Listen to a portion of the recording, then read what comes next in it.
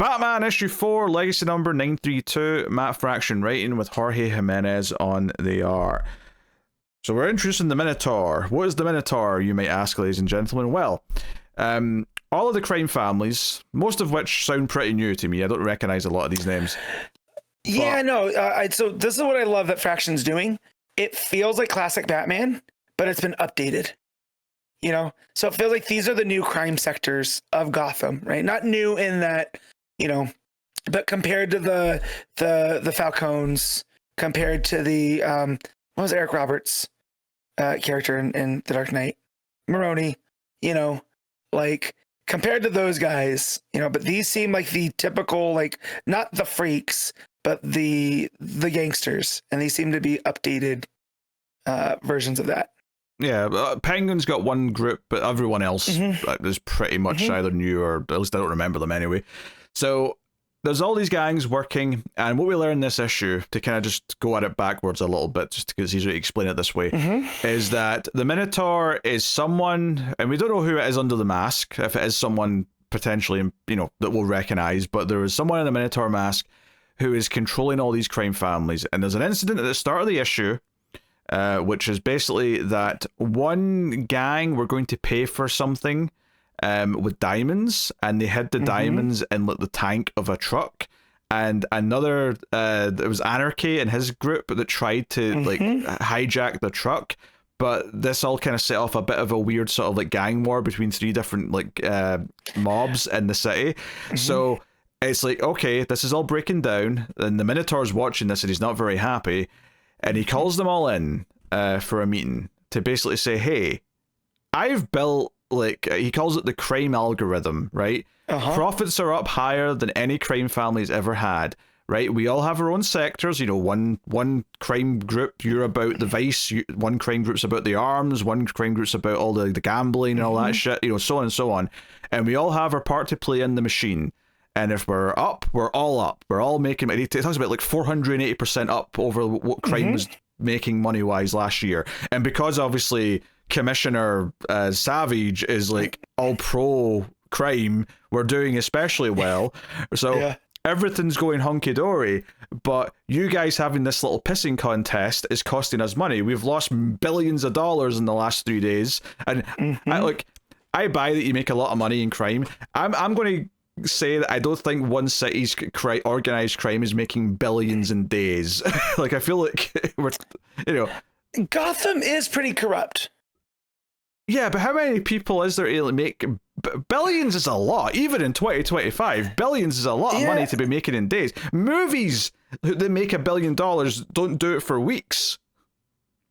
Yeah, so here he says like over the last day we're each down 4.4 million. Right, so that's 28 million over the last day, right? Because there's 7 of them. So, you know, I don't know necessarily mean if it's billions and millions. Maybe he's being hyperbolic here. Yeah. You know what I mean? Sure. But at the same time, I really like this approach because the way that the Minotaur brings them together, he talks about this knot. Right, and it's called the Tauros, and it's the prime knot, and it's 7 strands all pulling against each other. And when it works, it's the strongest, right? But one piece gets a fray, and the whole thing falls apart. And the way that you know, that's how he says how they're working, you know. And then he holds up his hand, and this dude has 7 fingers on one of his hands. I had to do a double take at that. That was a fun little piece here to the character. I'm upset that Jorge Jimenez has resorted to AI to draw his comics, frankly. I mean, maybe this guy is AI. Maybe he is. Maybe that's the statement here. You know, he is the crime algorithm, and he doesn't know how to, you know, produce a human body because he only knows numbers. You know what I mean? Yeah, but no, he's talking about building this perfectly working machine where everything benefits everyone else, and they all have to stay in line. And the big dramatic ending to the issue is that to teach them a lesson, there's a consequence for like them having this little tiff. Even though, from the sounds of it, only 3 of the gangs were involved in this tiff, he still teaches it to all 6 of them. Because the 7th one is him, I think. He's like number 7. Yeah. So the six gangs is like, hey, I brought loved ones of all of you, and then he has his henchmen shoot all the loved ones, so and they're all screaming. Like, because he obviously he unveils them all and says, hey, I brought a loved one along, and they're all tied up, they've all got guns pointed at them, and I'm like, oh, he's trying to scare them, and they're all yelling at him for it, and Penguin's yelling about his beloved. And then, we just hear gunshots, and, like, the red covers the panel, and it's like, oh, he actually just went through with this. He just killed all these spouses and brothers and kids of whoever these crime people are. So I think it has a ballsy ending. It has a big thing where it's trying to really sell you this idea of this Minotaur character being a big deal. I think the only thing he has a line while he's explaining all this where he basically says, oh, this is keeping the bat off of, like, the scent, right? Batman's busy with this. But he also says in the same line that all of the super villains, right, they've all been taken off the table. That's part of why we're flourishing so much, is that we're not dealing with Jokers and Two-Faces and whoever else running around. And that's fine. But then he says that Batman's busy and he's not... And I'm like, I don't actually get what's keeping Batman busy, though. That's the only detail here that feels a bit off to me. Well, why is Batman so busy that he's not noticing you guys? I mean, obviously... So I'm wondering if it has to do with... Well, just obviously by this point in the issue, yes, Batman has caught his first whiff of it from Anarchy, right? Obviously that's happening simultaneously, but yeah. I'm wondering if the Minotaur is overvaluing Vandal Savage, and that's what he means by he's keeping him busy, right? Because of all the stuff that he's doing. That Savage is framing Batman for those cop deaths, with Batman and Robin. So, maybe that's what he's hinting at. So I mean that would make sense. And that's maybe what he's trying to get at. It was just the way he phrased it. It felt different to me. Like it didn't quite. Freak crime brought to a heel by choking off the gang streets. The Bat stays too busy to realize how entangled we've all become. It almost felt like it was contradicting himself, because if all the freak crime is inactive, then surely Batman's get more free time than he normally does, because that's usually what he's so busy with.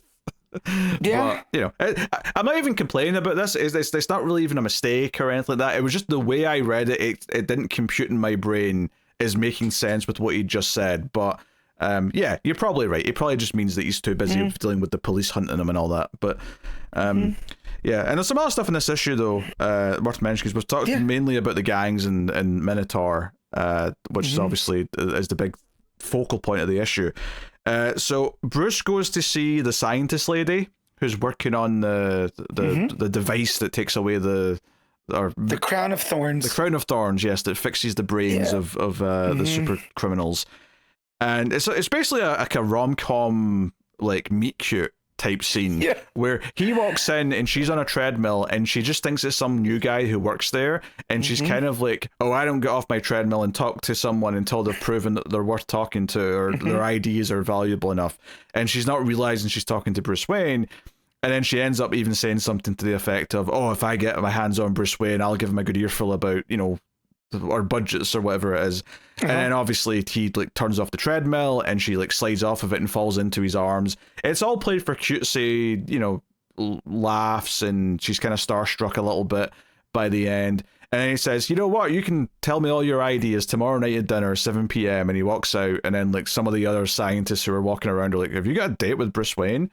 And she's like, no. And it's all played for comedy. It's definitely the most lighthearted scene in the entire issue. No question. I do like that Fraction's making a more suave Bruce Wayne again. Like we see him interacting with random people, like this doctor. Well, not necessarily random, but regular people here. And it was a nice, fun, light scene. And Jimenez does a lot of like fun facial expressions from Dr. Zeller, while she's, like she's annoyed on the treadmill. And then just like the shock on her face after she realizes that it's Bruce on the following page and whatever. So it was a real fun piece to read. Yeah. And then there's some advancement with the kid who filmed what happened with the cops and Tim. And it turns out the guy that he went to, the reporter, has actually been fired for a while, but he still tries to take the footage to his old boss at the newspaper. And he basically gets yelled at and told to leave. He's a drunk and whatever else. So it kind of sets up as like, okay, he's got someone kind of on the tail of what's the truth, but his reputation's shot and no one's going to trust him. So it almost makes me feel like they'll become like a little ragtag duo trying to prove Tim Drake's innocence. Not that they know his name's Tim Drake, obviously, but but Robin. Yeah. So I was like, okay, that's an interesting wrinkle because last time I liked him going to a reporter, but I think this made it a little bit more of an uphill battle than just the reporter's got the information now and he can convey it to the world, you know. And also the fact like there used to be all of these newspapers in Gotham, but because of the state of the world, right, and everything's on digital and all that, you know, there's barely any left, and then no one even pays a lot of attention to that one, right? Because it's the Gotham Eye, you know. So they're putting an uphill battle here, where like even if it does get out, who's gonna find out? You know what I mean? It's not like it's the Daily Planet, you know, or the Gotham Gazette, you know. So I do like that they put that there, that they made the struggle seem that much more difficult. Yeah, I mean, it's why any newspaper's also got a website these days. The website's arguably more important. The print's there for anyone who needs it, but like the website's the important part now. Yeah, so and then the other big part, of course, is Batman getting after Anarchy, who is like hiding in fear because all the gangs are after him for what he tried to do. And he doesn't even know, like, he even says, someone paid me off to try and rob that truck, which does raise an interesting question. Who paid him off, knowing full well that this would ignite something with all the gangs? Like, part of me's thinking Minotaur himself because he wanted to like teach a lesson to all these like gangs. Part of me's thinking Vandal Savage because he wanted to see this play out. Or it could be another party altogether who's, you know, yet to be really introduced into the story. But yeah, no, it's funny because like, obviously there's not a lot of Batman himself in this issue because we do focus so much on the gangs, and like all of the stuff at the start and the end is all very much about the setup of Minotaur, the conflict that's happening, and then by the time he's like grabbing Anarchy and making him tell him stuff, like Anarchy's like, hey, there's a new player in Gotham who's in charge of all the crime. It's more organized than it's ever been. So Batman's getting his first whiff of it here. So I mean, if nothing else, it is fun to see Batman go up against another villain who's got an animal theme. Just, you know, the Bat versus the Minotaur has got a ring to it, I suppose. Yeah. Well, I just love the whole idea that the Minotaur is trying to create a maze of Gotham, right? And then you just get the whole myth of the myth of the Minotaur on Crete and Perseus and all this other stuff. And I feel like Batman fits into that really well, right? Because we always think of, you know, Batman having a plan and all this other stuff, and you drop him into a maze like this, but he doesn't realize he's in the maze.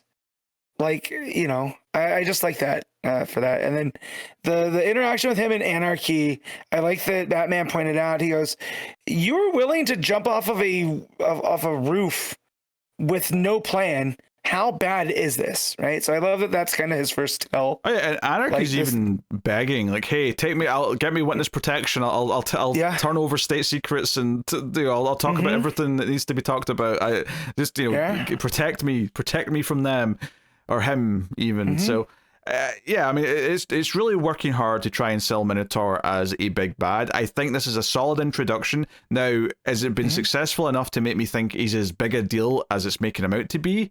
That'll take a few more issues. That'll take a bit more, you know, seeing him interact. Like that'll take me seeing his first interaction with Batman specifically. How does that play out? But it's not a bad start to a new villainous character in Gotham.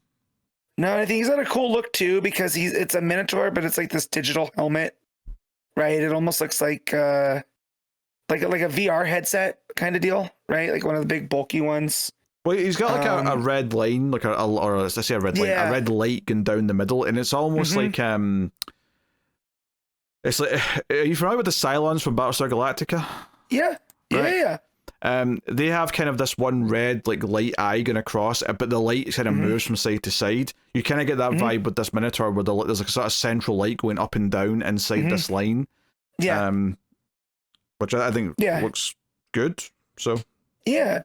And then the helmet jets off like the horns of a Minotaur, and he looks cool. I'm always a fan of a mask with a suit, right? Like I always call it like the proper lucha, where like you go and watch any lucha libre thing, and one of the guys will show up in a full suit while wearing the lucha mask, and I always think it's such a cool look. And I feel like that's what's kind of going on here as well, because he's wearing the full, like, super nice suit with this big techno helmet. And yeah, it's Jimenez doing some really cool design work and making it fun to read, which, I mean, should come as no surprise. Like, he's been a really solid Batman artist for a long time now. So to see these new characters play out it's also cool. Yeah, and I'm always a fan of superhero comics having proper supporting cast. So having Dr. Zeller be a recurring character who has interacted a couple times with Batman and has like an ongoing plot, but now she's interacting with Bruce. I like that that's there. I like the Minotaur's been introduced as this new villain. And there's, ongoing things that feel like they're a part of Gotham right now, like Savage being commissioner and all the things he's doing as part of that, which ties into the other plots. I think it's interesting Fraction waited till issue 4 to introduce his new villain, but I think that is quite smart actually, because we get a taste beforehand of like what Gotham's like right now, and we already have a lot of moving parts, so that dropping him in it now, it feels like, oh, this is something else on top of what we've already done. Yeah, I think it works quite well in this case to make Gotham feel pretty alive, but yeah, well, I mean, we'll see where it goes. All right, what are you giving Batman, Matt? I'm gonna an 8.5. Yeah, I think that's exactly what I was thinking. 8.5. I'm not going to call it amazing, which is what a 9 and up would be, but pretty great. I like the introduction of the new character. I liked kind of the questioning at the start, like what's got all the gangs in a tizzy? Like what was it? Is it some stupid little misunderstanding, and that's all it is? But it does make me question who tried to set off this misunderstanding if it wasn't one of these parties themselves. So curious.